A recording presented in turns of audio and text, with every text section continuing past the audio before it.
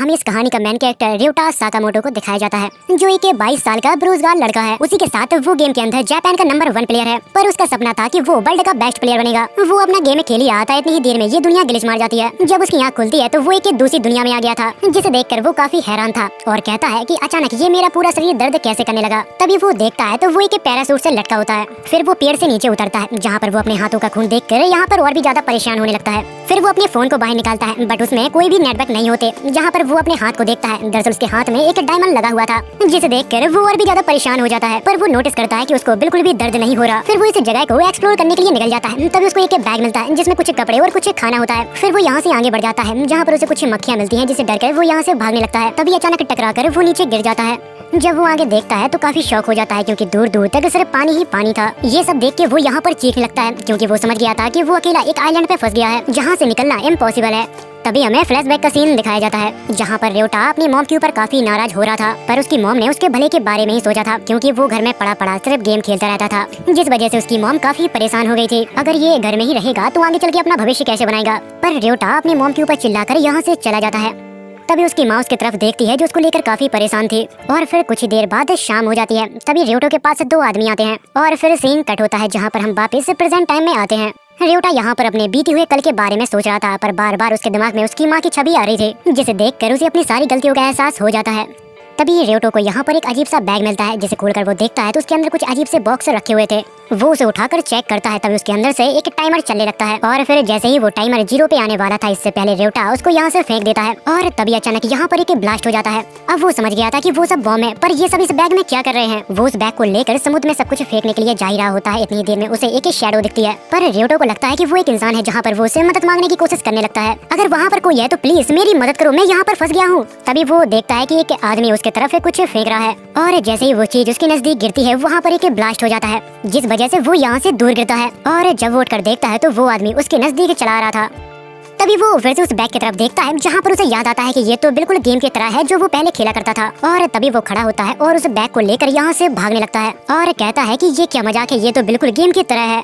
तभी वो आदमी उसके ऊपर एक और बॉम्ब को फेंकता है, जहाँ पर निशाना खराब होने के कारण वो फिर से बच जाता है। वो आदमी ryota के पीछे भाग भाग कर परेशान हो गया था, जहाँ पर वो ryota से कहता है कि अरे भागना बंद कर और मेरे हाथों मर जा। पर ryota उस आदमी की एक भी नहीं सुनता। वो अपनी जान बचाकर यहाँ से भागता रहता है। और तभी उसे गेम की स्ट्रेटेजी याद आती है, जहाँ पर वो कहता है कि हमें गेम में दुश्मन को हराने के लिए छुपना पड़ता है। और तभी वो आदमी फिर से उसके ऊपर बॉम्ब से अटैक कर देता है, लेकिन ryota फिर से उसके अटैक से बच जाता है। और वो सोचता है कि क्या मुझे उसके साथ लड़ना होगा। अगर मैं उससे नहीं लड़ा तो वो मुझे मार डालेगा। जहाँ पर उसका दिमाग के काम नहीं कर रहा था कि आखिर उसको क्या करना चाहिए। तभी उसके ऊपर फिर से अटैक होता है, जहाँ पर वो आदमी अब परेशान हो चुका था कि आखिर ये मेरे साथ लड़ क्यों नहीं रहा। तभी ryota अपने बैग से बॉम्ब निकालता है और उस आदमी के ऊपर फेंकता है, लेकिन वो बॉम्ब उसके ऊपर से जाकर सीधा पानी में गिरता है, जिस पर वो आदमी कहता है कि अरे इसका निशाना तो मुझसे भी बेकार है। और इतनी ही देर में ryota यहाँ पर छिप जाता है, जहाँ पर वो आदमी फिर से उसको ढूंढने लगता है। तभी पीछे से एक आवाज आती है, जहाँ पर ryota उससे कहता है कि आखिर तुम मुझे मारना क्यों चाहते हो, और मैं किस जगह हूँ, और मेरे हाथों में ये क्या है। जिस पर वो आदमी ryota के ऊपर हंसने लगता है और कहता है कि अरे तू तो गधा है यार, तुझे तो ये भी पता नहीं होगा कि आखिर इस बॉम्ब को कैसे इस्तेमाल करते हैं। और हाँ, मैं तुम्हें जब तक नहीं बताऊंगा जब तक तुम मर ना जाओ। इतना कहने के बाद वो आदमी ryota के ऊपर एक और बॉम्ब फेंकता है, जिस वजह से ryota को चोट लग जाती है, लेकिन वो भागना बंद नहीं करता। और वो भागते भागते सोचता है कि आखिर ये सब क्या है और मेरे साथ ही क्यों हो रहा है। तभी उसके दिमाग में एक आइडिया आता है। उसे लगता है कि उस बंदे को मैं ये कहूंगा कि मैं हार गया हूँ, तो शायद वो रुक जाएगा। ryota उसके सामने हाथ खड़े कर देता है और कहता है कि मैंने हार मान लिया है। पर वो आदमी उसकी बात बिल्कुल भी नहीं सुनता और उसके ऊपर हमला करने लगता है, जिस वजह से ryota उछल के झाड़ियों में गिरता है। और फिर थोड़ी देर बाद वो आदमी वहाँ पर आता है। वो कहता है कि मैं जानता हूँ कि तुम अभी मरे नहीं हो, तुम जहाँ भी छुपे हो चुपचाप बाहर निकल आओ, क्योंकि तुम मुझसे नहीं बच सकते।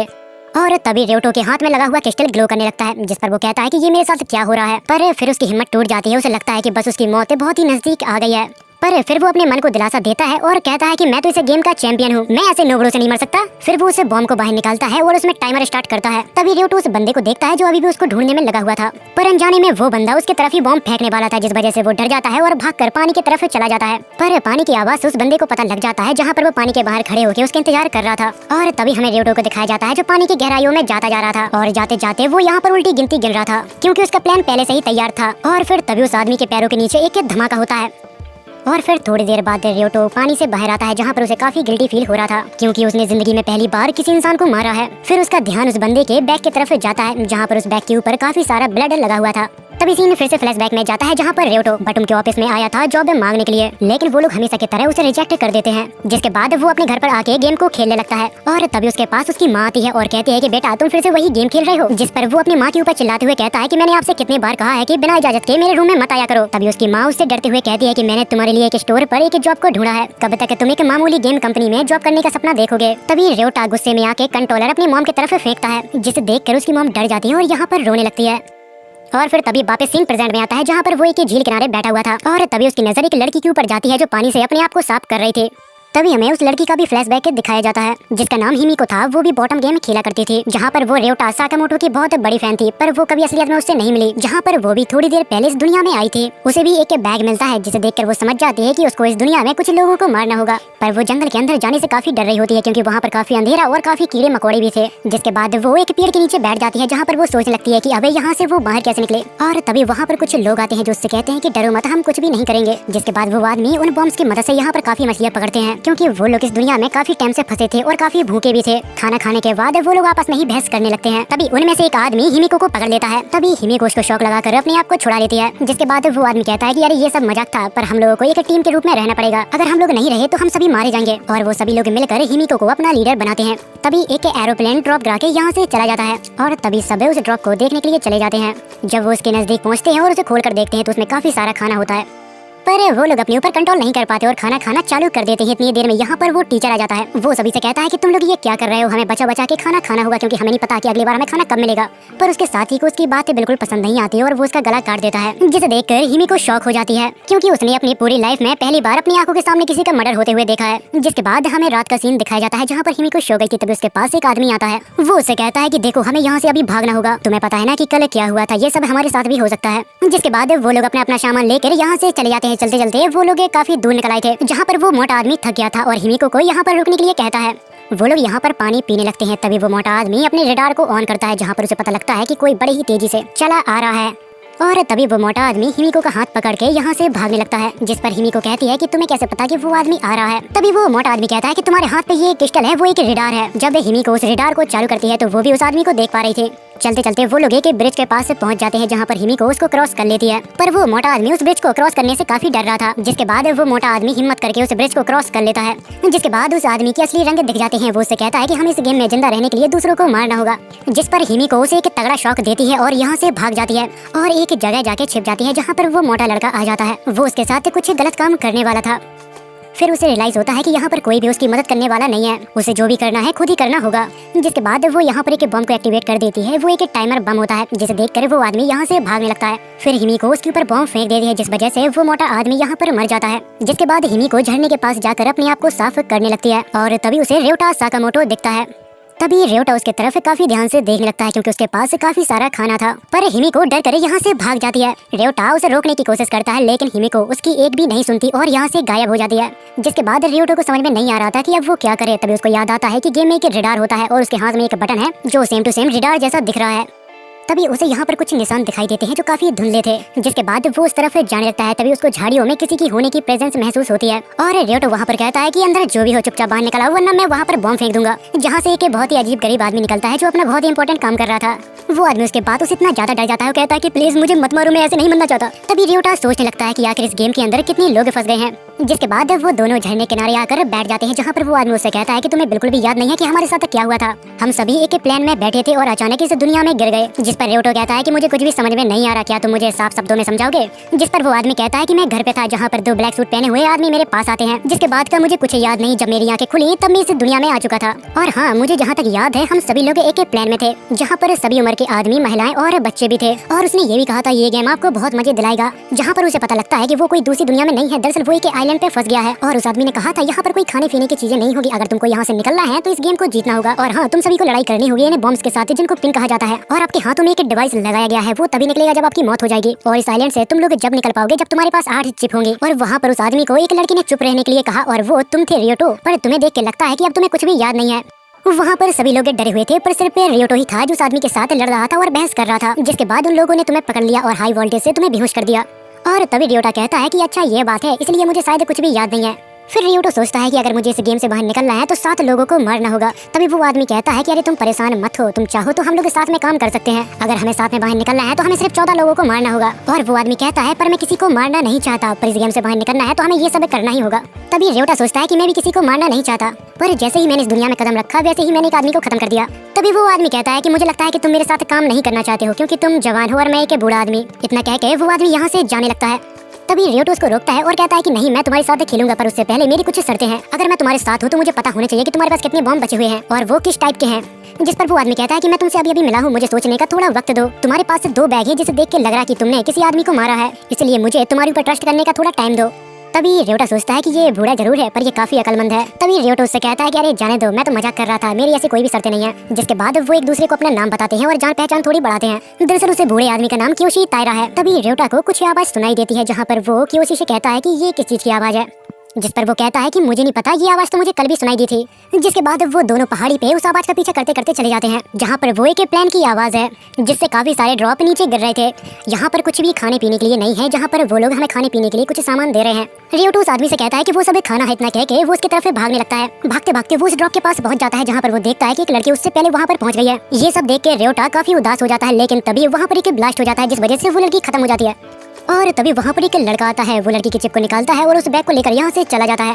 तभी रियोटा ये सब देखने के बाद सोच में पड़ जाता है कि अगर वो पहले गया होता तो शायद उस लड़की की जगह वो आज होता। और वो कहता है कि यहाँ के लोग इतने ज्यादा बेरहम हो गए हैं कि असली जिंदगी में गेम खेल रहे हैं। और इतनी देर में वो आदमी भी यहाँ पर आ जाता है और तभी वो नीचे उस लड़की को देखता है, जिस पर वो रियोटो से कहता है क्या तुमने उसको मारा है। जिस पर रियोटो कहता है कि नहीं, मेरे आने से पहले किसी और ने उसे मार दिया था। और तभी रियोटो उस आदमी से कहता है कि ये जिंदगी और मौत का गेम है, अगर हमने किसी को नहीं मारा तो वो इंसान हमें मार डालेगा। तभी रियोटा यहाँ पर एक और पैराशूट देखता है और वो उससे कहता है कि ये हमसे ज्यादा दूर भी नहीं है, अगर हम वहाँ गए तब भी मारे जाएंगे, अगर नहीं गए तो भूख से मर जाएंगे। जिस पर कियोशी कहता है कि अगर ऐसी बात है तो हमें लड़ना ही होगा क्योंकि वैसे भी तो हमारी मौत ही होनी है। जिसके बाद वो दोनों खाना लेने के लिए उस पैराशूट की तरफ निकल जाते हैं। फिर हमें एक कीरा नाम के लड़के को दिखाया जाता है जो एक साइकोपैथ है। उसने अपनी असली दुनिया में काफी उल्टे सीधे काम किए थे। तभी उसे ढूंढते ढूंढते के बूढ़ा आदमी वहाँ पर आ जाता है। दरअसल पेशे में वो एक वकील है। उस आदमी का नाम नासुमे है और वो उससे कहता है कि तुम यहाँ पर क्या कर रहे हो। पर जब वो देखता है तो शॉक हो जाता है क्योंकि उसने नकली से लगभग 100 मेंढकों को मार डाला था। और ये सब करके कीरा को काफी मजा आ रहा था क्योंकि मैंने तुम्हें पहले ही बताया था कि वो एक साइकोपैथ है। जिस पर नासुमे कहता है कि देखो, तुम्हें किसी जिंदा चीज को ऐसे ही नहीं मारना चाहिए। जिस पर कीरा कहता है कि पक्षी भी मछलियों को मारकर खाते हैं तो क्या ये भी गुनाह है। तभी ये कीरा को एक पैराशूट गिरते हुए दिखता है जहाँ पर वो नासुमे से कहता है कि ये है क्या, ये तो कल भी गिरा था। जिस पर नासुमे कहता है कि मेरे ख्याल से शायद ये खाना है। ये सुनने के बाद वो लोग उसको हासिल करने के लिए वहाँ पर जाने लगते हैं। जिसके बाद कीरा और नासुमे कीरा के डैड को लेकर उस ड्रॉप के पास से पहुँच जाते हैं। तभी कीरा के डैड उसे बीम लेकर पेड़ पर लगाने लगते हैं, लेकिन वो काम नहीं करता। जिस पर कीरा कहता है कि ये बीम मेरी है तो शायद मैं ही इसे ऑपरेट कर सकता हूँ। तभी कीरा उस बीम को पेड़ पर लगा देता है और थोड़ी देर बाद वो पेड़ नीचे गिर जाता है। तभी कीरा के डैड उस बॉक्स को खोलकर देखते हैं जिसमें काफी सारा खाना था और वो उन दोनों से भी कहते हैं अगर तुम दोनों को खाना चाहिए तो मेरे पीछे चलो। तभी नासुमे कहता है कि ये खाना हम सभी का है तो हम सभी लोग मिल बांट कर खाएंगे। पर कीरा के डैड उसे धमकी देने लगते हैं। वो कहते हैं कि यहाँ पर कोई भी कानून नहीं चलता और यहाँ पर तुम कोई वकील भी नहीं हो, तुम एक भिखारी हो और जंगल में सिर्फ एक ही रूल चलता है कि जो सबसे ज्यादा ताकतवर होगा वही राज करेगा। तभी कीरा यहाँ पर बड़बड़ाने लगता है। तभी उसके डैड उसके पास आते हैं और उसके अखरोट दबा देते हैं और वो कहते हैं क्या तुम मेरे एहसान भूल गए। जिसके बाद सीन कट होता है और हमें फ्लैशबैक का सीन दिखाया जाता है जहाँ पर कीरा अपने रूम में बैठे बैठे बटुम गेम खेल रहा था और तभी उसके डैड आते हैं, उसमें एक लात झड़ देते हैं और कहते हैं कि स्कूल जाने के बजाय तू यहाँ पर गेम खेल रहा है। जिसके बाद वापस सीन प्रेजेंट में आता है जहाँ पर उसके डैड उसे काफी बुली कर रहे थे। कीरा उनकी आदतों से परेशान हो गया था। जिसके बाद वो उनके ऊपर अपने बॉम्ब को फिट कर देता है। वो यहाँ पर कुछ कर पाती इससे पहले वो बॉम्ब ब्लास्ट हो जाता है। नासुमी को ये सब देखकर यहाँ पर उल्टी आने लगती है, लेकिन कीरा अब पहले से काफी ज्यादा खुश लग रहा था। तभी नासुमी उससे कहता है कि तेरा बाप तो पागल था ये, पर तू तो उससे बड़ा पागल है। इतना कह के वो यहाँ से भाग जाता है और इतनी देर में यहाँ पर रियोटो और कियोशी भी आ जाते हैं। तभी रियोटो कीरा से कहता है क्या तुमने इसको मार डाला। जिस पर वो कहता है हाँ, और यहाँ से खाना लेने लगता है। तभी रियोटो कियोशी से कहता है कि हमें यहाँ से जाना चाहिए। जिसके बाद वो दोनों यहाँ से भाग जाते हैं। जिसे देखकर कीरा कहता है कि तुम कितने ही भाग लो, तुम दोनों मेरे ही हाथों मरोगे। तभी वो यहाँ पर रेडार का यूज करता है, जिसे देखकर यहाँ पर रियोटो को पता चल जाता है कि वो हमारा पीछा कर रहा है। तभी कियोशी एक जगह पे टकरा कर गिर जाता है जिस वजह से उसके पैर में चोट लग जाती है। जिस पर वो रियोटा से कहता है कि मेरी चिंता मत करो और तुम यहाँ से भाग जाओ। तभी रियोटो उससे कहता है कि तुम यहाँ पर छिप जाओ, बस हिलना मत, जिस वजह से तुम उसके रडार से गायब हो जाओगे और वो तुम्हें नहीं ढूंढ पाएगा। और मैं उससे बात करने की कोशिश करता हूँ कि आखिर उसे दिक्कत क्या है। अगर वो नहीं माना तो मुझे उसको सबक सिखाना पड़ेगा, वैसे भी मैं इस गेम का नंबर 1 प्लेयर हूँ। जिसके बाद रियोटा अपना रडार को यूज करके कीरा के पास पहुँच जाता है। कीरा रियोटो को देखते ही उसके ऊपर अपनी बीम को फेंक देता है, लेकिन रियोटो उसकी बीम से बड़ी ही आसानी से बच जाता है। उन दोनों की फाइट होती है जहाँ पर रियोटो को समझ आ जाता है कि वो भी एक अच्छा बटून प्लेयर है। मेरे ख्याल से शायद वो सेकंड या थर्ड प्लेयर है। दूसरी तरफ हमें कियोशी को दिखाया जाता है जो अकीरा के डैड के हाथ से उस चिप को निकाल लेता है। दूसरी तरफ हमें कीरा को दिखाया जाता है जो रियोटो से कहता है, क्या हुआ, डर लग रहा है क्या? पर रियोटो शांत रहकर उसे मारने का प्लान तैयार कर रहा था। जैसे ही कीरा थोड़ी आगे बढ़ता है उसके साइड में एक बम ब्लास्ट होता है, जिसे देखकर वो कहता है कि ये नामुमकिन है, उसने ये सब कब कर लिया। बट कीरा को उसके धमाके से ज्यादा कुछ खास चोटें नहीं आई थी। वो रियोटा के पास जाता है और उसे कहता है कि अगर तुम एक बटून प्लेयर हो तो मेरे साथ ढंग से लड़ो। पर रियोटा उसकी बात सुनकर यहाँ पर छिप जाता है, जिसे देखकर कीरा कहता है, मुझे लगता है कि तुम सिर्फ गेम ही खेल सकते हो क्योंकि तुम असली जिंदगी में शायद एक नालायक होगे।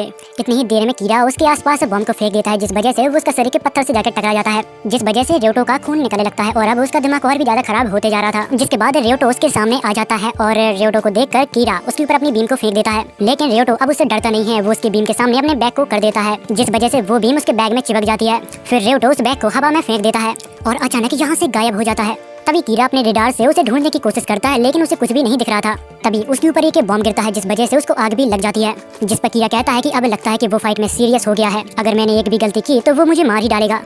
तभी वो फिर से अपने रेडार में उसे ढूंढने की कोशिश करता है, लेकिन उसमें कुछ भी नहीं दिखता, लेकिन वो रेडार उसे ढूंढने में असमर्थ होता है। और फिर तभी रियोटो अचानक उसके सामने आता है और उसके ऊपर एक बॉम्ब फेंक देता है। और ये सब होते हुए हिमिको भी ऊंचाई से देख रही थी। तभी रियोटो अचानक होश में आता है और वो देखता है कि मैंने ये क्या कर दिया, कहीं मैंने इस बच्चे को मार तो नहीं डाला। पर कीरा अभी जिंदा था, जिसके बाद रियोटो उसे बांध कर यहाँ से चला जाता है। तभी कीरा चिल्लाते हुए कहता है कि आखिर तुम हो कौन जिसने मुझे हराया। तभी रियोटो उसे अपना नाम बताता है, जिसे सुनकर कीरा काफी शॉक हो जाता है क्योंकि वो जापान का नंबर 1 प्लेयर है। फिर हमें कियोशी और रियोटो को एक झरने के पास दिखाया जाता है। तभी रियोटा उसे खाना देता है, जिसे देखकर कियोशी यहाँ पर रोने लगता है। तभी रियोटो सोच लगता है कि जिंदगी में पहली बार कोई मेरे काम से खुश है। तभी झरने से उस बंदे की बॉडी बहती हुई आती है, जहाँ पर कियोशी उसे देखता है और कहता है कि आखिर इस बंदे ने पैंट क्यों नहीं पहनी है। और ये वही आदमी होता है जो कुछ समय पहले हिमिको को परेशान कर रहा था। तभी रियोटो कियोशी से कहता है कि हमें यहाँ से जाना होगा, मुझे लगता है कि झरने के ऊपर कोई दुश्मन है। जिस पर कियोशी कहता है, पर मैं जल्दी भाग नहीं सकता क्योंकि मेरे पैर में चोट लगी है, पर तुम मेरी चिंता मत करो और कहीं जाकर छिप जाओ। तभी रियोटा कहता है कि आप हमेशा ऐसे ही बात करते हो, इसलिए आप जल्दी जाके छिप जाइए और मैं देख कर आता हूँ कि कौन है। जिसके बाद पहाड़ी के ऊपर वो उसे देखने के लिए निकल जाता है, पर वो उसे ढूंढने के लिए अपने रेडार को यूज करने वाला था, लेकिन तभी उसे याद आता है कि अगर वो अपने रेडार को यूज करेगा तो दुश्मन को भी पता लग जाएगा। जिसके बाद वो यहाँ पर छिपकर जाने का डिसाइड करता है और उसको ढूंढने लगता है। दूसरी तरफ कियोशी भी उस आदमी के हाथ से चिप निकाल लेता है और यहाँ पर छिप जाता है। और रियोटो भी उसे ढूंढते ढूंढते परेशान हो जाता है, लेकिन उसे कोई भी नहीं मिलता। और तभी उसकी नजर एक सड़ी बॉडी के ऊपर जाती है, जिसे देखकर उसे यहाँ पर उल्टियाँ आने लगती हैं। फिर उसे लगता है कि अब उसे रेडार को यूज कर लेना चाहिए। और तभी उसे एक आदमी दिख जाता है जिसने उस मोटे आदमी को मारा था, जिसे देखकर रियोटा कहता है कि ये है वो राक्षस जो लोगों को मार रहा है। पर जब वो ध्यान से देखता है तो वो एक लड़की होती है जो उसे कुछ समय पहले झरने किनारे दिखी थी। तभी हिमिको को भी पता चल जाता है कि किसी ने अभी अभी उसको देखा है और वो यहाँ पर एक बम को फेंक देती है, पर तुक्के में, जिसे देखकर रियोटा कहता है ये लड़की क्या पेड़ों को मारना चाहती है। पर जब वो बम फटता है तो वो भी काफी कंफ्यूज हो जाता है क्योंकि वो एक स्मोक बम था, पर उस ग्रेनेड के अंदर कुछ ऐसी गैसेस थी जो इंसान के संपर्क में आके उन्हें पूरा गला सकती हैं। जिसके बाद रियोटो वहाँ से भागकर खुले एरिया में आ जाता है। तभी वहाँ पर हिमिको भी आ जाती है। तभी हमें पता लगता है कि हिमिको ने वो बम जानबूझकर फेंका था। तभी रियोटो उसे ध्यान से देखता है, जहाँ पर उसे पता लगता है कि इसके पास काफी सारा आइटम है, इसका मतलब इसने काफी सारे लोगों को मारा है। तभी रियोटो उससे कहता है कि देखो मैं तुम्हारे साथ लड़ना नहीं चाहता क्योंकि ये गेम वाले चाहते हैं कि हम लोग आपस में लड़े और मरे। अगर तुम मुझसे बात नहीं करना चाहती तो कोई बात नहीं, मैं यहाँ से चला जाता हूँ। तभी हिमिको रियोटा की बात मान जाती है, अपने बम को ऑफ कर देती है। तभी रियोटो उसे समझाने के लिए आगे बढ़ने लगता है। तभी हिमिको उसे खतरे की तरह देखने लगती है क्योंकि जो भी उसके साथ हुआ है, जिस वजह से वो किसी के ऊपर भी विश्वास नहीं करना चाहती। और फिर वो रियोटो के ऊपर बम फेंक देती है, जिससे रियोटो बड़े ही मुश्किल से बचता है। पर हिमिको फिर से सदमे में आ जाती है क्योंकि उसे लगता है कि उसने उस लड़के को मार दिया है। और तभी अचानक से रियोटा बाहर निकलता है और तभी हिमिको उसके हमले से बचती है और अपनी गन को बाहर निकाल लेती है, जहाँ पर उन दोनों के बीच एक महायुद्ध हो जाता है। तभी रियोटा उसमें एक लात मारता है, जहाँ पर उसकी गन उसके ही ऊपर चल जाती है, जिसका झटका उसे इतना तेज लगता है कि वो उसके ही ऊपर गिर जाती है। जिसके बाद रियोटो आराम से उसे उठाता है और उसके सारे हथियार छीन लेता है ताकि वो फिर से किसी को ना मार डाले। यहाँ पर हिमिको बेहोश थी, पर उसके सपनों में वही आदमी आ रहा था जिसने उसके साथ गलत करने का सोचा था। और फिर अचानक से वो यहाँ पर होश में आ जाती है, जहाँ पर वो देखती है कि रियोटो उसके पास बैठा है। तभी रियोटो उसे बताता है कि तुमने अपनी ही गन से अपने ऊपर शॉक लगा लिया था, जिस वजह से तुम यहाँ पर बेहोश हो गई थी। उसी के साथ वो ये भी कहता है कि मुझसे डरो मत, मैं तुम्हें कोई भी चोट नहीं पहुंचाऊंगा। तभी हिमिको अपने पॉकेट से एक टाइमर बॉम्ब निकालती है, जिसे देखकर रियोटा की फट जाती है। और तभी हिमिको कहती है कि मुझे सब पता है कि तुम मेरे साथ गलत करोगे और मुझे मार डालोगे, इससे अच्छा ये होगा कि मैं अपने आप को ही खत्म कर लूं। और फिर कुछ ही देर में धमाका होने ही वाला था। तभी अचानक रियोटा उसके ही हाथ से उसके बम को ऑफ कर देता है और रियोटा हिमिको से कहता है कि मुझे पता है कि तुम काफी तकलीफ से गुजर रही हो। फिर वो उसे अपने साथ ले जाता है। जिसके बाद सीन कट होता है, जहाँ पर रियोटा उसकी मुलाकात कियोशी से करवाता है। तभी कियोशी हिमिको से कहता है कि तुम फिक्र मत करो, हम जल्दी यहाँ से बाहर निकल जाएंगे। और तभी हिमिको कहती है मैं इस जगह से निकल के कहाँ जाऊंगी, जबकि यहाँ पर भेजने वाले मेरे ही अपने लोग हैं। जिस पर कियोशी कहता है कि मेरे साथ भी कुछ ऐसा ही हुआ था। तभी रेवटो को भी अपने पाप अपनी आंखों के सामने आने लगते हैं कि उसने अपनी मॉम को काफी परेशान किया। वो अपनी पूरी जिंदगी में कभी भी एक अच्छा बेटा नहीं बन पाया। शायद इस वजह से मेरी किस्मत मुझे इस मोड़ पर ले आई है। तभी क्योशी कहता है कि जो भी हो, मेरी फैमिली मुझसे बहुत प्यार करती है और मैं भी उनसे करता हूँ, चलिए मुझे यहाँ से जिंदा बाहर निकलना है। और फिर तभी रेवटो को झाड़ियों से कुछ आवाजें आने लगती है, जहाँ पर उसे लगता है कि यहाँ पर कोई छुपा हुआ है। और तभी रेवटो कहता है कि मुझे लगता है कि यहाँ पर कोई है, हमें जल्द से जल्द यहाँ से निकलना होगा। और फिर तभी क्योशी टॉर्च को उठाकर उस तरफ देखने लगता है, जहाँ पर उन्हें एक बहुत बड़ी छिपकली दिखती है जो इंसानों को खाती थी, जिसे देखकर वो सभी लोग डर जाते हैं। वो सभी लोग डर जाते हैं, वो उस छिपकली से बचने की कोशिश करने लगते हैं, पर वो सभी छिपकलियां उनके खाने के आसपास घूम रही थी। फिर रेवटा उनके नजदीक चला जाता है और एक पत्थर को उठा लेता है, क्योंकि इस दुनिया में सबसे ज्यादा इंपॉर्टेंट है खाना। अगर खाना नहीं तो वो लोग यहाँ पर सर्वाइव नहीं कर पाएंगे। जिसके बाद क्योशी अपने बैग से एक बीम को निकाल लेता है और उन छिपकलियों के ऊपर फेंकता है, लेकिन वो बीम नहीं फटती। जिसके बाद वो एक दूसरी बीम को निकालता है, पर वो भी स्टार्ट नहीं हो रही थी। जिस पर वो कहता है कि आखिर क्या मसला है। तभी उसे याद आता है कि ये बैग तो कीड़ा का है, जब तक वो नहीं मर जाता हम इसे इस्तेमाल नहीं कर सकते। जिसके बाद वो यहाँ पर अपना बैग ढूंढने की कोशिश करने लगता है, पर छिपकलियां काफी नजदीक आ जाती हैं, जहाँ पर क्योशी उन्हें भगाने की अपनी पैरों से कोशिश कर रहा था, पर वो छिपकलियां हैं, कुत्ते नहीं, जहाँ पर एक छिपकली उसको काट लेती है। तभी रेवटा यहाँ पर अपने बॉम्ब को फेंक देता है, जिसके धमाके की आवाज से वो सारी छिपकलियां डर के भाग जाती हैं। जिसके बाद वो सभी लोग यहाँ से निकल जाते हैं, जहाँ पर क्योशी के पैर में काफी चोट लगी थी, जिस वजह से वो लकड़ी लेकर चल रहा था। पर हिमी को छिपकली से इतने ज्यादा डर गई थी कि वो यहाँ पर बेहोशी हो जाती है, जहाँ पर रेवटा अपनी पीठ पे बिठा के उसे ले जा रहा था। तभी रेवटा उससे कहता है कि मुझे लगता है कि मैंने आपको कुछ ज्यादा ही सामान दे दिया, वैसे ही तो आपके पैर में चोट लगी है, हमें इसका जल्द से जल्द इलाज करना होगा। जिस पर क्योशी कहता है कि मुझे यकीन नहीं हो रहा कि ऐसे माहौल में जहाँ पर लोग एक दूसरे के खून के प्यासे हो, वहाँ पर मुझे तुम्हारे जैसा लड़का मिला। सच में रेवटा तुम बहुत ही अच्छे इंसान हो। जिस पर वो कहता है कि नहीं नहीं, आप मेरी कुछ ज्यादा ही तारीफ कर रहे हो। तभी क्योशी कहता है कि मैंने अपनी जिंदगी में काफी गलत काम किए हैं और शायद मेरे कर्मों के फल ने मुझे यहाँ पर पहुंचा दिया। और तभी अचानक यहाँ पर कुछ छिपकलियां आ जाती हैं। तभी वो छिपकलियां इन दोनों के ऊपर अटैक कर देती है, जहाँ पर बचने के चक्कर में ये एक दूसरे से अलग हो जाते हैं। जिसके बाद रेवटा क्योशी को आवाज लगाने लगता है, क्योंकि सारे बम उसी के पास थे। जिसके बाद वो उसे रडार में भी ढूंढने की कोशिश करता है, पर उसे वो नहीं दिखता, जिसका मतलब है कि उसने हिलना डुलना बंद कर दिया। तभी उसके मन में एक ख्याल आता है कि कहीं ऐसा तो नहीं है कि क्योशी ने मुझे धोखा दिया और मेरा सारा सामान लेके भाग गया, जिसमें खाना भी था और कुछ हथियार भी थे। जिसके बाद रेवटा यहाँ पर रोने लगता है, क्योंकि उसके पास सर्वाइव करने के लिए अब कुछ भी नहीं बचा था। और वो कहता है कि गद्दार बुड्ढे, तू मुझे छोड़ के चला गया। और फिर थोड़ी देर बाद रेवटा के सामने कुछ छिपकलियां आ जाती हैं, जहाँ पर उसे अब और भी ज्यादा डर लग रहा था, क्योंकि उसके पास कुछ ऐसा नहीं बचा जिससे वो छिपकलियों का सामना कर सके।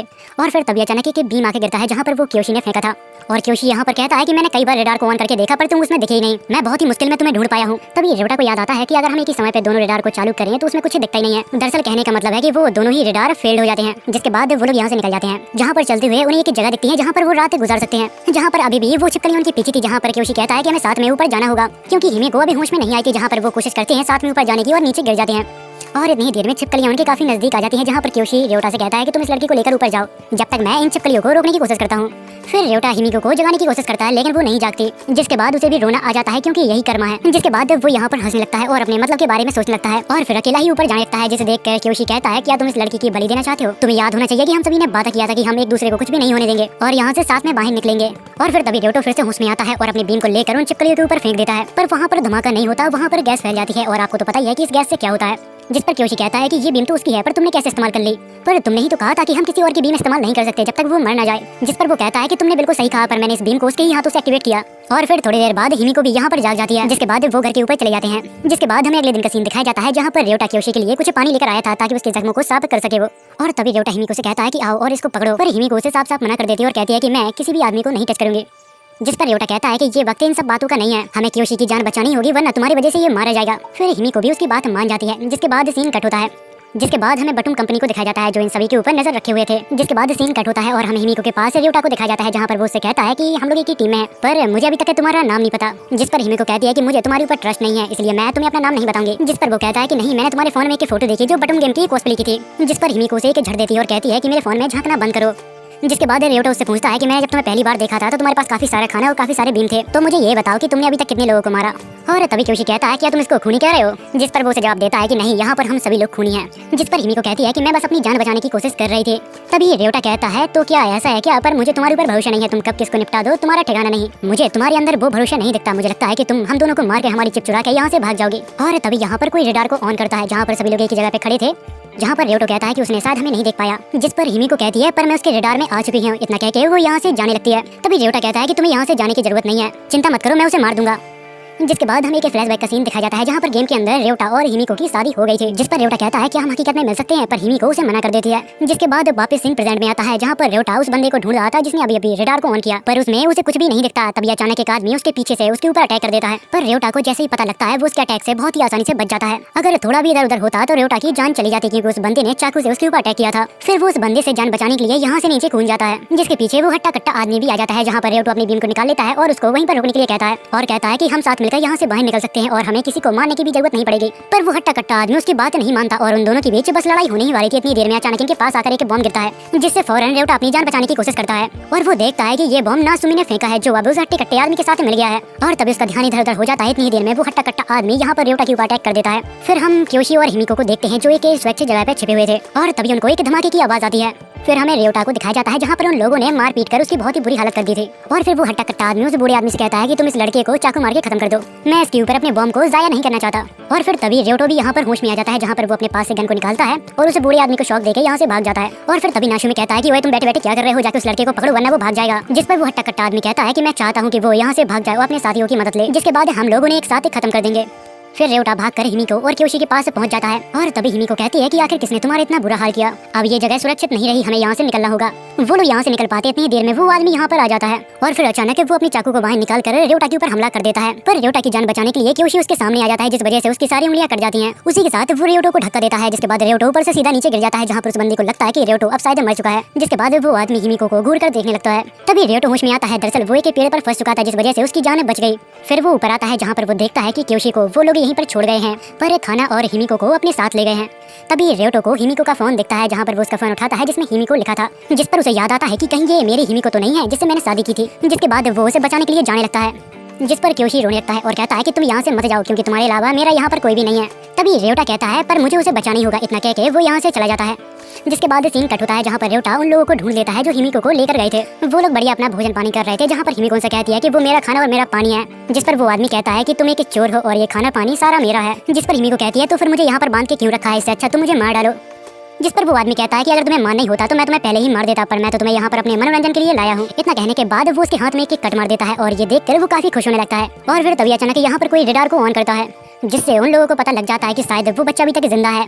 और फिर वो नासुमी से कहता है कि तुम यहीं पे रखो और अपने पिन को सेट कर दो ताकि जैसे वो आए और मर जाए। जिसके बाद वो यहाँ से चला जाता है। तभी अचानक उसको एक ब्लास्ट की आवाज आती है, जहाँ पर उसे लगता है कि नासुमी ने उस बच्चे को शायद मार दिया है। जिसके बाद भागकर वो नासुमी के पास जाता है और उसे कहता है क्या तुमने कोई बॉम्ब फेंका था। जिस पर नासुमी कहता है हाँ फेंका तो था, पर वो बच्चा पता नहीं अचानक कहाँ गायब हो गया। जिसके बाद हमें रेवटा को दिखाया जाता है जो सबसे छिपकर छत के ऊपर चला गया था। फिर वो उस रूम में भी चला जाता है जहाँ पर हिमिको को उनने किडनैप करके रखा था। और फिर तभी अचानक एक छिपा हुआ पिन वो सीधा नीचे गिरने लगता है, पर नीचे गिर पाते इससे पहले रेवटा उसे पकड़ लेता है और नीचे नहीं गिरने देता। जिसके बाद वो नासुमी के पिन को बंद कर देता है और फिर वो हिमिको के पास पहुंच जाता है, जहाँ पर हिमिको उसे देखकर रोने लगती है। और तभी रेवटा उसे पूछता है क्या तुम बटून खेलती हो। जिस पर हिमिको हाँ कहती है और रेवटा उसे कहता है क्या तुम्हारा नाम हिमिको है। जिस पर वो कहती है हाँ, पर वो मेरा इन गेम नेम है। और फिर वो पूछता है क्या तुम किसी साकामोटो नाम के बंदे को जानती हो, पर वो उसे मना कर देती है कि मैं ऐसे नाम के बंदे को नहीं जानती। जिस पर रेवटा को लगता है कि वो एक बहुत ही पॉपुलर गेम है जहाँ पर काफी लोग उसे खेलते हैं और हो सकता है कि एक ही नाम के कई सारे लोग हों। जिसके बाद हमें उस हट्टे कट्टे आदमी को दिखाया जाता है, जहाँ पर वो नासुमी से कहता है कि यहाँ से निकलने के सिर्फ 2 दरवाजे हैं, इसलिए तुम वहाँ पर जाओ और जैसे ही वो निकले उसे मार डालो। और फिर तभी नासुमी को अचानक रेवटो दिखता है और वो उसका पीछा करके उसके ऊपर बॉम्ब को फेंकने लगता है। और फिर जैसे ही रेवटा को मौका मिलता है वो नासुमी के ऊपर उसका ही बॉम्ब को डाल देता है और जैसे ही वो बॉम्ब फटता है नासुमी वहीं पर खत्म हो जाता है। और तभी वहाँ पर वो हट्टा कट्टा आदमी आ जाता है जो हिमिको को पकड़ के उसके गले पे नाइफ रख लेता है, पर उस आदमी को रेवटो नहीं दिखता है, जहाँ पर वो अपनी नाइफ को फेंक कर कहता है कि चलो बाहर आ जाओ, हम फाइट करेंगे बिना किसी हथियार के। तभी अचानक से रेवटो आता है और उसकी नाइफ को उठा लेता है, पर रेवटो यहाँ पर कुछ कर पाते इससे पहले वो आदमी आकर उसको मारने पीटने लगता है। और फिर थोड़ी देर बाद वो आदमी रेवटो को मारने ही वाला था। तभी रेवटो को अपने फ्लैशबैक के बारे में कुछ याद आता है, जहाँ पर वो सोचता है कि मैंने अपनी जिंदगी में कभी भी किसी से अच्छे से बात नहीं की, मैंने हमेशा अपने माता पिता का दिल दुखाया और मैंने अपना सारा जीवन उस फालतू गेम के ऊपर वेस्ट कर दिया। तभी अचानक हिमिको रेवटा की जान बचाने के लिए उसके ऊपर हमला कर देती है, लेकिन उस आदमी को उससे कुछ ज्यादा फर्क नहीं पड़ता। और तभी अचानक वो आदमी नोटिस करता है कि उस लड़की ने मेरे ऊपर बॉम्ब को फिट कर दिया और फिर वो ग्रेनेड ब्लास्ट कर जाता है, जिसके अंदर से गैसेस निकलती हैं जो इंसानों की हड्डियां तक गला सकती हैं। मौके को देखकर हिमिको रेवटा को लेकर यहाँ से भाग जाती है, पर उन लोगों को यहाँ पर कोई रास्ता नहीं मिल रहा था और अब गैसेस भी उनकी काफी नजदीक आती जा रही थी। और फिर तभी रेवटो को यहाँ से निकलने की एक जगह दिखती है और तभी अचानक वो वहाँ पर चढ़ जाता है और हिमिको को भी अपने साथ खींचने की कोशिश करता है, लेकिन वो आदमी आकर हिमिको का पैर पकड़ लेता है, जिसका बॉडी पूरी तरह से खराब हो चुका था। वो हिमिको से कहता है कि तुमने ये मेरी हालत की है तो मैं भी तुम्हें नहीं छोड़ूंगा। तभी रेवटा को यहाँ पर एक आइडिया आता है और वो उस बंदे के नीचे एक बम को फेंक देता है, जहाँ पर वो बंदा उस बम को बंद करने के लिए हिमिको को छोड़ देता है, पर वो उसे बंद नहीं कर पाता है और वो बम यहाँ पर ब्लास्ट कर जाता है, जिस वजह से हिमिको यहाँ पर डर जाती है और रेवटा की गले लग जाती है। जिसके बाद हमें बॉटम गेम के डेवलपर को दिखाया जाता है जो दूर से बैठे सभी को देख रहे थे, जहाँ पर वो कहते हैं आखिरकार साकामोटो ने उस आदमी को हरा ही दिया, अब साकामोटो का प्राइस पूल बढ़ने वाला है। तभी हमें पता लगता है कि दुनिया भर के सभी अमीर लोग उन सभी के ऊपर बैट लगा रहे हैं।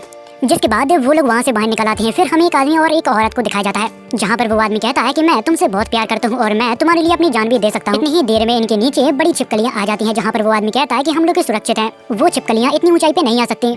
उसी के साथ वो लेडी भी उससे काफी मीठी मीठी बातें कर रहे थे और फिर जब उस लेडी को मौका मिलता है वो अपना रंग दिखा देती है और उस आदमी को ऊपर से नीचे धक्का दे देती है, जिस वजह से उस आदमी को वो छिपकलियाँ खा जाती हैं। जिसके बाद सीन कट होता है और हमें रेवटा और हिमिको को दिखाया जाता है।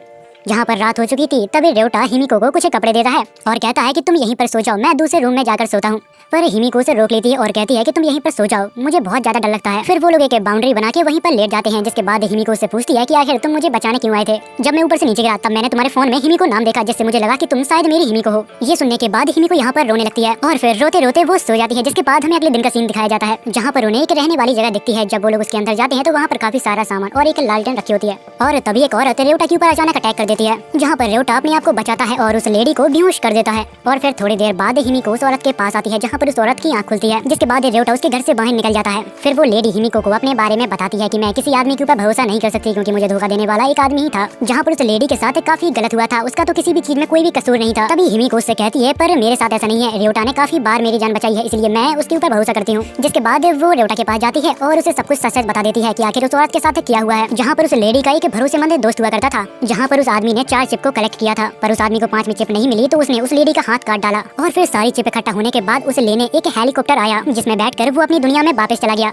जिसे सुनकर रेवटा समझ जाता है कि ये गेम अभी से नहीं काफी लंबे समय से चल रहा है। जिसके बाद वो क्योशी के पास जाता है, जहाँ पर किसी ने क्योशी को मलम पट्टी कर दी थी। जब रेवटा वहाँ पर पहुँचता है तो वो ये सब देखकर काफी हैरान होता है, क्योंकि ये वही आदमी था जिसने उस लेडी को धोखा दिया था। और फिर थोड़ी देर बाद यहाँ पर ड्रॉप गिरना चालू हो जाते हैं, जहाँ पर वो सभी उसको पाने के लिए भागने लगते हैं। तभी रेवटा अपना रेडार यहाँ पर ऑन करता है, जहाँ पर उसे काफी सारे लोग दिखते हैं जो उस ड्रॉप के पीछे थे। तभी खाने के पीछे एक लड़का रेवटा के साथ भाग रहा था और फिर तभी दोनों एक दूसरे के ऊपर बीम फेंक देते हैं, पर निशाना बेकार होने के कारण दोनों ही बच जाते हैं। इतनी ही देर में यहाँ पर वो धोखेबाज लेडी भी आ जाती है, जो हिमिको को एक लात मारती है और उसके ऊपर बीम फेंक देती है। इतनी ही देर में वो डॉक्टर उस ड्रॉप के खाने को पकड़ लेता है, जिसने उस लेडी को धोखा दिया था और यहाँ से चला गया था। पर अब वो फिर से इस दुनिया में फंस चुका है, जहाँ पर फिर से उसे चिप को कलेक्ट करना होगा। इतनी ही देर में उसके ऊपर एक दूसरा आदमी स्मोक ग्रेनेड फेंक देता है, जिससे डरकर वो आदमी यहाँ से भागने लगता है। और तभी रेवटा वहाँ पर आके उस बैग को पकड़ लेता है जिसमें खाना था। जिसके बाद हमें उसे धोखेबाज लेडी को दिखाया जाता है, जहाँ पर वो वेट कर रही थी अपना बॉम्ब फटने का, जिसके बाद वो हिमिको की बॉडी से चिप बाहर निकाल सके। पर तभी अचानक हिमिको उसके बॉम्ब से बच जाती है और उसे लड़ने के लिए उसके पास आ जाती है। जिसके बाद हमें रेवटो को दिखाया जाता है, जहाँ पर वो खाने को लेके यहाँ से भाग रहा था। तभी अचानक उसके ऊपर कोई एक बीम फेंक देता है, जो कि एक फायर बीम थी, जिस वजह से उसके आसपास चारों तरफ आग लग जाती है। जिसके बाद हमें उस आदमी को दिखाया जाता है जिसने अभी अभी रेवटा के ऊपर फायर बीम को फेंका था, उसके साथ एक कीड़ा भी था। और फिर तभी अचानक एक लड़का आता है, वो उसका बैग छीनकर पानी में कूद जाता है, पर रेवटो उस बैग को ऐसे नहीं जाने देता, वो उसके पीछे पानी में कूद जाता है। जिसके बाद हमें वो धोखेबाज औरत और हिमिको को दिखाया जाता है, जहाँ पर वो औरत उसे अपनी बातों में फंसाकर जकड़ लेती है।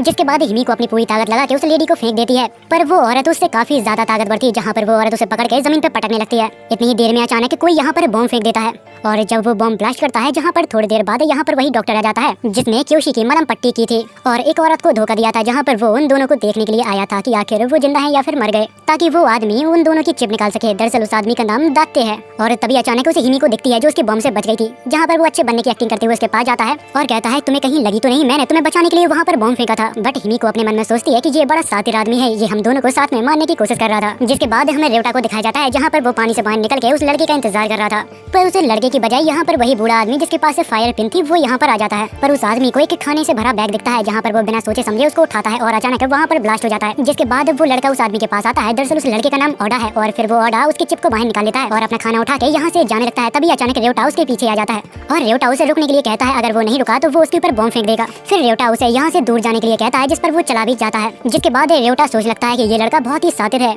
ये इतनी आसानी से अपना खाना छोड़ के यहाँ से नहीं भाग सकता। जिस पर उसे ओडा के ऊपर शक होने लगता है कि आखिर इसने कोई जाल तो नहीं बिछा दिया। फिर रेवटा आराम आराम से अपने खाने की तरफ जाने लगता है। तभी अचानक वो लड़का कहता है कि तुम मेरे जाल में फंस गए। जिसके बाद ओडा अपने मुंह से एक रिमोट को बाहर निकालता है और फिर ओडा यहाँ पर ब्लास्ट कर देता है, जहाँ पर उसे लगता है कि शायद वो लड़का मर गया है। पर शायद वो एक बात भूल गया था कि रेवटा इस गेम का one of the best player है। जिसके बाद ओडा उस मरे हुए बंदे के पास जाता है जिसको उसने अभी अभी मारा था। वो उसकी फायर बीम को उठा लेता है और रेवटा के ऊपर हमला करता है, पर रेवटा उसकी बीम से बच के पानी में कूद जाता है, जहाँ पर ओडा को लगता है कि उसने रेवटा को मार दिया। तभी हिमिको बॉम्ब की आवाज सुन के वहाँ पर आ जाती है, जहाँ पर उसे लगता है कि रेवटा को उस लड़के ने मार दिया। इतनी ही देर में यहाँ पर दाते आ जाता है और वो उसका हाथ पकड़ता है और कहता है कि मुझे पता है कि तुम्हें उसकी बहुत फिक्र है, अगर तुम उसको बचाने के लिए गई तो तुम्हारी भी जान जा सकती है। दूसरी तरफ रेवटा सब सामान उठा के यहाँ से जाने लगता है। तभी उसको रेवटो दिखता है जो अभी भी जिंदा था, पर ओडा को इससे कोई भी फर्क नहीं पड़ता। वो अपना सामान उठाता है और यहाँ से चला जाता है। जिसके बाद रेवटा पानी से बाहर निकल आता है। तभी उसको एक आवाज सुनाई देती है। जब वो चट्टान के ऊपर देखता है तो वहाँ पर कीड़ा होता है जो उसकी तारीफ कर रहा था। जिसके बाद वो यहाँ से चला जाता है। जिसके बाद रेवटा यहाँ पर इतना ज्यादा थक गया था कि वो वहीं पर लेट जाता है। इतनी देर में यहाँ पर दाते और हिमिको आ जाते हैं, जहाँ पर हिमिको उसके गले लग जाती है और रोने लगती है। फिर हमें ओडा और उस धोखेबाज औरत को दिखाया जाता है जो दोनों खाना खा रहे थे, पर उस औरत को ये खाना कुछ खास पसंद नहीं आता। जिस पर ओडा उससे कहता है कि अगर तुम्हें खाना अच्छा नहीं लग रहा तो यहीं पर रख दो और चुपचाप यहाँ से निकल जाओ। जिसके बाद सीन कट होता है जहाँ पर हमें रेवटा को दिखाया जाता है जो काफी कंफ्यूज था। वो सोच रहा था कि ओडा की आवाज उसने कहीं ना कहीं तो सुनी है। जिसके बाद सीन फ्लैशबैक में शिफ्ट होता है जहाँ पर रेवटा अपने दोस्तों के साथ स्कूल जा रहा था। वहाँ पर एक ओडा नाम का लड़का था जो उसके साथ ही पढ़ता था। वो स्कूल में बहुत पॉपुलर था, काफी सारी लड़कियां उसे पसंद करती थी और तो और वो हर चीज में बेस्ट था। पर वो मेरे सिवाय किसी से बात नहीं करता था, जिस वजह से मैं उसे अपना दोस्त समझने लगा। पर एक दिन ओडा को पता चला कि रेवटा क्लास की एक लड़की को पसंद करता है, पर ओडा उस लड़की को सेट करके उसके साथ काफी एंजॉय करता है। जब ये बात रेवटा को पता लगी तब उन दोनों का झगड़ा हो गया और फिर वो एक दूसरे से कभी नहीं मिले। जिसके बाद वापस सीन प्रेजेंट में आता है जहाँ पर रेवटा दाते का खाना बना रहा था, जिस पर दाते सोचता है कि कहीं ये मेरा सारा खाना ना खा जाए, मैंने इन सबसे दोस्ती करके कहीं भूल तो नहीं कर दी। जिसके बाद रेवटा उसे खाना देने के लिए शुक्रिया कहता है जहाँ पर दाते हंसने लगता है, बट उसके मन के अंदर बहुत ही नफरत भरी हुई थी। तभी हिमिको रेवटा को अपने पास बुलाती है उससे एक जरूरी बात करने के लिए। जिसके बाद हमें दाते को दिखाया जाता है जो कि उसी को देखकर काफी नाराज हो रहा था और वो कहता है कि बस बहुत हो गया, मुझे इन सभी से छुटकारा पाना होगा। और फिर इतनी देर में यहाँ पर रेवटा आ जाता है और वो दाते से कहता है कि तुम्हें हमारे साथ चलना होगा, तुम एक डॉक्टर हो तो मेडिसिन ढूंढने में हमारी काफी हेल्प होगी। जिसके बाद रेवटा उसे लेकर यहाँ से निकल जाता है। तभी रेवटा हिमिको की तरफ देखता है जो काफी उदास लग रही थी, जिस पर वो पूछता है कि क्या हुआ तुम्हें, कोई दिक्कत है क्या? जिस पर हिमिको कहती है कि ये दाते मुझे कुछ ठीक आदमी नहीं लगता। जब मैं एक दूसरी लड़की के साथ लड़ रही थी तभी मेरे ऊपर इसने बॉम्ब फेंका और मुझे मारने की कोशिश की थी, पर मैं जब उसके हमले से बच गई जहाँ पर वो मुझसे कहने लगा कि अरे शुक्र है कि तुम जिंदा बच गई, वो बॉम्ब मैंने तुम्हें बचाने के लिए फेंका था। जिसके बाद वो लोग एक जगह पे आ जाते हैं जहाँ पर वो कहते हैं कि ये जगह काफी बड़ी है तो हमें अलग अलग जाके ढूंढना होगा। पर दाते को ये जगह अच्छे से पता थी क्योंकि 6 महीने पहले वो यहीं पर था और तो और उसको ये भी पता है कि मेडिसिन आखिर कहाँ रखी है। जब दाते उस रूम में पहुंचता है जहाँ पर उन्हें मेडिसिन की डेट निकल गई थी और वो कहता है कि इससे क्या फर्क पड़ता है, मुझे भी तो उन सभी को मारना है। इतनी ही देर में रेवटा वहाँ पर आ जाता है जहाँ पर वो दाते से कहता है कि अरे क्या बात है, तुमने इतनी जल्दी रूम भी ढूंढ लिया। जिसके बाद वो उसके कंधों पर हाथ रखता है और अच्छे बनने की एक्टिंग करने लगता है। वो कहता है कि हम सभी को भरोसे के साथ चलना होगा, मैं तुम्हारे ऊपर बहुत विश्वास करता हूँ, मुझे यकीन है कि तुम सभी लोगों को बचा लोगे। जिसके बाद वो लोग यहाँ से जाने लगते हैं। तभी रेवटा कहता है कि हमें हिमिको को सिग्नल दे देना चाहिए। पर जब वो अपने रेडार को ऑन करता है जहाँ पर हिमिको उसके तरफ भाग कर आ रही थी और वो चीखती हुई कहती है कि तुम्हारे पास जो बैग है जो दाते ने दिया है उसके अंदर बॉम्ब है। पर रेवटा यहाँ पर कुछ समझ पाते इससे पहले दाते उस बॉम्ब को ब्लास्ट कर देता है। जिसके बाद हिमिको यहाँ पर रोने लगती है क्योंकि उसने अपनी जिंदगी का बहुत ही खास इंसान को खो दिया था। जिसके बाद दाते हिमिको के नजदीक आता है, वो उसके ऊपर भी बॉम्ब फेंकने वाला था। पर इतनी ही देर में वो लेडी आ जाती है जिसको दाते ने 6 महीने पहले धोखा दिया था। उस औरत का नाम शिक्की है। वो उसके ऊपर हमला करके हिमिको के पास चली जाती है, जिसे देखकर दाते कहता है कि तू अभी तक जिंदा है पर अब ज्यादा देर तक नहीं रहेगी। जिसके बाद शिक्की हिमिको को लेकर यहाँ से भागने लगती है। तभी दाते उसके सामने एक बॉम्ब को ब्लास्ट करवा देता है जिस वजह से वो दोनों ऊपर से नीचे गिर जाते हैं। जिसके बाद शिक्की एक सेफ जगह पे जाती है जहाँ पर वो उससे कहती है कि मुझे पता है कि तुम्हारे पास रिमोट कंट्रोल बॉम्ब है पर हमारे पास भी कुछ बेहतरीन है, देखना चाहोगे? इतना कहने के बाद वो दाते के ऊपर अपने बॉम्ब को फेंक देती है जिससे दाते डर जाता है और यहाँ से भागने लगता है, जिस वजह से शिक्की उसका पीछा करने लगती है। पर दाते यहाँ पर बहुत ही सादे आदमी है जहाँ पर वो शिक्की को अपने प्लान में फंसाना चाहता था और होता भी कुछ ऐसे ही है जहाँ पर शिक्की उसके जाल में फंस जाती है, जिसे देखकर हिमिको रोने लगती है और कहती है कि आखिर क्यों तुम मुझे छोड़कर क्यों चले गए? मुझे अगर पता होता कि तुम्हारे साथ कुछ ऐसा होने वाला है मैं इससे पहले तुम्हें बता देती कि मैं तुम्हारी हिमिको हूँ। जिसके बाद हमें फ्लैशबैक का सीन दिखाया जाता है जहाँ पर हिमिको और रेवटा साथ में गेम खेला करते थे। क्योंकि हिमिको के साथ कोई भी गेम नहीं खेला करता था, सब लोग उसको छोड़ के चले जाते थे, पर रेवटा हमेशा उसके साथ रहता था और हर गेम में उसे जीतने में मदद करता था। जिसके बाद वो यहाँ पर फूट फूट के रोने लगती है और तभी यहाँ पर दाते आता है। वो उसके दर्द को बढ़ाने लगता है और उसके ऊपर हंसने लगता है और कहता है कि आखिर तुम्हें पता कैसे चला कि वहाँ पर मैंने बॉम्ब लगाया है। जिसके बाद सीन कट होता है जहाँ पर हिमिको शिक्की को अपने साथ लेकर आई थी और वो कहती है कि मैं चाह कर भी एक इंसान के ऊपर भरोसा नहीं कर पा रही। जिस पर शिक्की कहती है कि आखिर वो कौन है? जब वो उसको देखती है तो वो कहती है कि क्या यही इंसान है? क्योंकि ये वही इंसान होता है जहाँ पर शिक्की कभी इससे प्यार किया करती थी पर उसने अपने फायदे के लिए शिक्की को बहुत ही बुरा धोखा दिया था जिसको वो कभी भुला नहीं पाई और हर आदमी से नफरत करने लगी। और शिक्की ने ही हिमिको को बताया था कि उसके पास रिमोट कंट्रोल बॉम्ब है तो वो कहीं पर भी छिपा सकता है और वो ऐसी जगह लगाएगा जो तुम्हारे काफी नजदीक हो, जिससे तुम्हारे बचने के चांसेस बिल्कुल 0 हो और वो आज ही तुम दोनों को खत्म कर देगा। तभी हिमिको दाते को उस बैग में बॉम्ब रखते हुए देख लेती है, जिसके बाद वो भागकर रेवटा को बचाने के लिए जाने लगती है। जिसके बाद वापस सीन प्रेजेंट में आता है जहाँ पर हिमिको भी अब मरना चाहती थी। तभी भागते हुए यहाँ पर दाते आता है। वो रेवटा की बीम उसके ऊपर फेंकता है पर वो बीम हिमिको को लगकर नीचे गिर जाती है। वो बार बार उसकी बीम को ट्राई करने की कोशिश करता है, फिर उसे डाउट होने लगता है कि कहीं वो जिंदा तो नहीं है। जिसके बाद वो यहाँ पर रेडार को ऑन करता है जहाँ पर उसका शक सही होता है, रेवटा अभी मरा नहीं था, वो अभी जिंदा था। तभी हिमिको रेवटो को देखती है जिसे देखकर वो काफी खुश हो जाती है। तभी हमें रेवटो के बारे में बताया जाता है कि आखिर वो किस तरह से उसके बॉम्ब से बचा था। जिसके बाद दाते उसे देखकर यहाँ से डर के भागने लगता है और जाके एक जगह पे छिप जाता है और उसके यहाँ पर आने का इंतजार करने लगता है क्योंकि वो उसे भी अपने जाल में फंसाना चाहता था। पर यहाँ पर सब कुछ उल्टा हो जाता है। जब वो अपने बॉम्ब को एक्टिवेट करता है तो वो बॉम्ब उसके ही साइड में आके फटता है। बॉम्ब के हमले के बाद दाते यहाँ पर जिंदा तो बच जाता है पर वो यहाँ पर काफी जख्मी हो गया था, जहाँ पर दाते अपने आप को बहुत ही सातिर आदमी समझता था। पर शायद वो ये भूल गया था कि रेवटा उस गेम का नंबर 1 प्लेयर है और वो स्ट्रेटेजी बनाने में दाते से कहीं ज्यादा बेहतर है। उसे पता था कि दाते यहाँ पर आएगा जहाँ पर उसने बॉम्ब की जगह पहले ही बदल दी थी। तभी हिमिको रेवटा के पास आती है और उसे कहती है कि हमें क्या इसको मारना पड़ेगा? जिस पर रेवटा कहता है कि जरूर, अगर हमने इसे नहीं मारा तो ये किसी और को मार डालेगा। इतनी ही देर में यहाँ पर शिक्की आ जाती है और वो उनसे कहती है कि तुम्हें अपने हाथ गंदे करने की कोई जरूरत नहीं है, इसे तो मैं मारूंगी। जहाँ पर दाते अपनी मौत को इतने नजदीक देखकर उससे माफी मांगने लगता है, जहाँ पर शिक्की उससे कहती है कि तुमने मेरे साथ और बाकी सभी के साथ जितना गलत काम किया है ना, उसके लिए कोई भी तुम्हें माफ नहीं करेगा। इतना कहने के बाद शिक्की उसके ऊपर हमला कर देती है, जिससे दाते डर जाता है, लेकिन वो देखता है कि शिक्की ने उसे नहीं मारा क्योंकि कभी वो उससे प्यार किया करती थी। जिसके बाद सीन शिफ्ट होता है जहाँ पर हिमिको नहा रही थी, उसके साइड में बैठकर रेवटो भी उसकी रक्षा कर रहा था और वो लोग बात कर रहे थे कि शिक्की ने दाते को क्यों नहीं मारा। जिस पर रेवटा कहता है कि मुझे नहीं पता कि आखिर उसने ऐसा क्यों किया, क्योंकि मैं कभी भी किसी औरत को नहीं समझ पाता। फिर वो उसे कुछ बॉडीज के बारे में बताने लगता है और कहता है कि हम इन सभी की चिप ले सकते हैं, क्योंकि पहले ही वो 3 लोग मर चुके हैं पर किसी ने अभी तक उनकी चिप नहीं निकाली। इस प्लान को सुनकर हिमी को बहुत ही खुश हो जाती है और वो वहाँ से बाहर निकल आती है, पर वो शायद भूल जाती है कि उसने कोई भी क्लॉथ नहीं पहना है। पर जब रेवटा उसकी तरफ देखता है तो घबरा कर चीखने लगता है, जिसके बाद सीन कट होता है। वो लोग अपने घर पे पहुंच गए थे जहाँ पर फिलहाल में वो लोग रहते हैं। तभी वो लोग अचानक यहाँ पर हैरान हो जाते हैं, क्योंकि उनको एक उड़ती हुई बीम दिखती है और वो बीम किसी और की नहीं क्योशी की ही होती है। जिसके बाद हमें वो सीन दिखाया जाता है जहाँ पर रेवटा उसके पास से चला गया था दाते को लेकर। जिसके बाद दाते को एक सपना आया जहाँ पर उसे अपना बच्चा दिखा, जिसे देखकर क्योशी शॉक हो जाता है और उसका बच्चा कहता है कि डैड आप सच में बहुत ही बेकार हो, आप अभी तक लौट कर मेरे पास नहीं आए। जहाँ पर क्योशी अपने बच्चे से वादा करता है और कहता है कि चाहे जो भी हो जाए मैं जल्दी से जल्दी चिप को कलेक्ट करूंगा और तुम्हारे पास वापस लौटाऊंगा। तभी क्योशी को याद आता है कि मेरे पास 2 चिप हैं और रेवटा के पास 3 चिप हैं और हिमिको के पास 2 चिप हैं, जिसे मिलाकर पूरी 7 चिप हो रही थी, जो इस गेम का क्राइटेरिया था। अगर आप ये पूरा कर लेते हो तो वो लोग आपको यहाँ से बाहर ले जाएंगे। जिसके बाद क्योशी यहाँ पर हंसने लगता है और कहता है कि मेरे दोस्तों मुझे माफ करना, पर मुझे ऐसा करना ही पड़ेगा।